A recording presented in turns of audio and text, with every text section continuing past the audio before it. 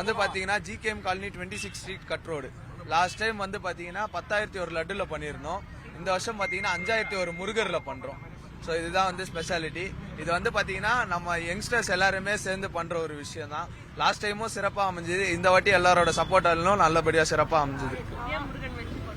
முருகர் வந்து பாத்தீங்கன்னா இப்ப நல்ல ட்ரெண்டிங்ல இருக்காரு. அதுவும் இல்லாம எல்லாருமே விரும்புற கடவுள் வந்து தமிழ் முதல் கடவுள் வந்து முருகர். ஸோ அதனாலதான் அதை வைக்கலாம்னு சொல்லிட்டு இது வரைக்கும் யாரும் முருகர்ல பண்ணல.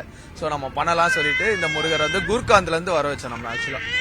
ஆமா, கூர்காந்த்ல இருந்து வர வச்சு இதை வந்து 31 பிரிச்சு பொதுமக்களுக்கு இதா பிரசாதமா கொடுக்க போறோம். ஆமா, முருகர் சிலை எல்லாமே பிரசாதமா கொடுக்க போறோம்.